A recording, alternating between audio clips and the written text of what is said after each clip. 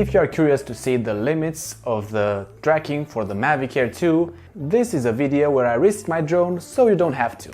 Hi, I'm Paul from dronesgetter.com, and in this video we're taking a look at how I tested the tracking system and obstacle avoidance for the DJI Mavic Air in a few different situations, including low light, sports tracking and the forest follow me. My first test with the Mavic Air 2 was in a low light environment. It was basically sunset time in the forest. Also was about to rain. And as you can see here, it did work for a while. But I was slightly disappointed the tracking didn't work so well.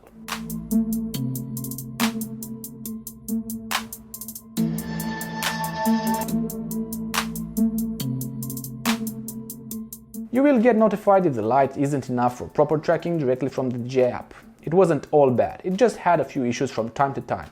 I must admit, I wasn't really prepared for the weather at that moment, so I actually recommend you have a checklist before you go flying. If you want to see my proper checklist for any drone pilot to have before any flight and to basically make a habit out of it, you can download the checklist right here or in the description. It's for free. When it comes to sports or following cars, this drone has no issues keeping up with basically anything, as it can fly up to 43 km per hour in normal mode and 68 km per hour in sport mode. This means you can track most sports like biking and even a car that's driven slower if you wish. In this case, you can see that even though it was a pretty low light environment, the drone successfully managed to track my friend in the forest, dodge the leaves that were coming in his path and maintain a pretty cinematic feel to this entire shot. When it comes to blind spots, we're mainly looking at the lack of lateral sensors, which makes it a bit dangerous to track something like flying sideways.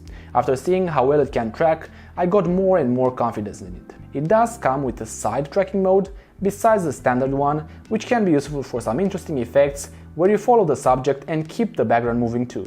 In daytime, I really think it's doing a great job. The drone can indeed crash, as nothing is perfect.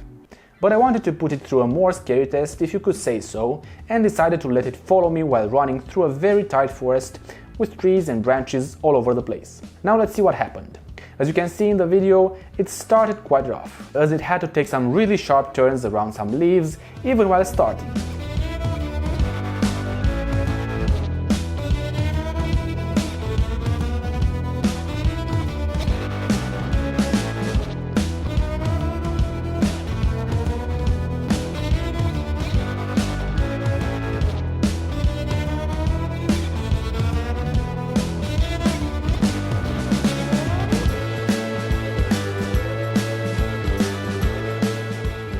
It had absolutely no issue tracking me through the forest while I am walking slowly, so I decided to actually start running a bit.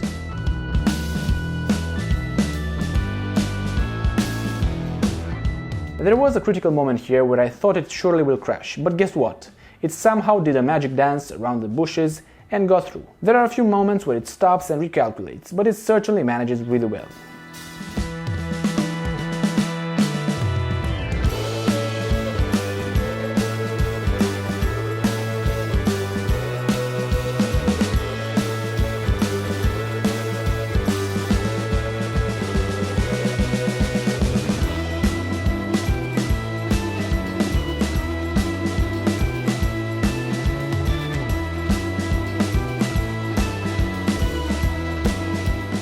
I started running at my maximum speed, and even in this situation, it could easily avoid the branches.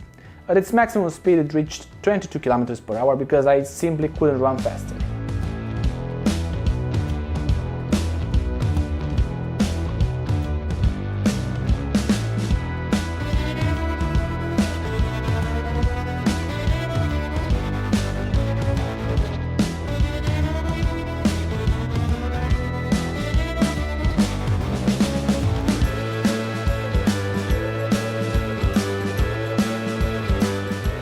Now, when I turned backwards, you could see on my face I was panicking a bit, since it got pretty close to a tree. But the problem was that it was on its side, where it didn't have any sensors. I would say it's safe to fly it backwards too, as long as it's only for a short time and it's not in a complicated environment like this, where there could be trees in every direction. Thanks to its backwards detecting sensor, I am pretty confident the crash wouldn't happen if I was simply flying backwards, but sideways not so much.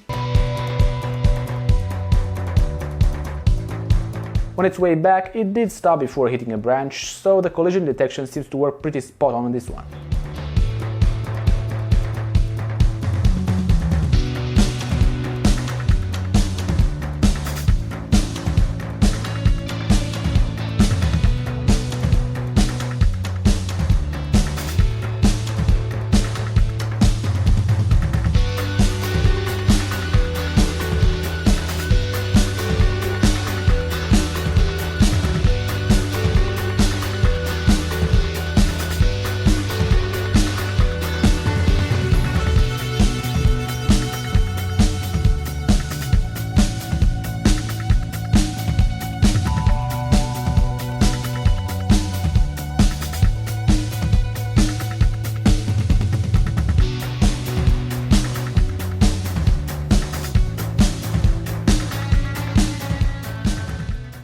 The Mavic Air 2 does regain the subject after losing it, as long as it appears in the frame in a short time. I was quite impressed with how cinematic some of the shots turned out to be, and everything was done automatically by the drone, no buttons touched by me.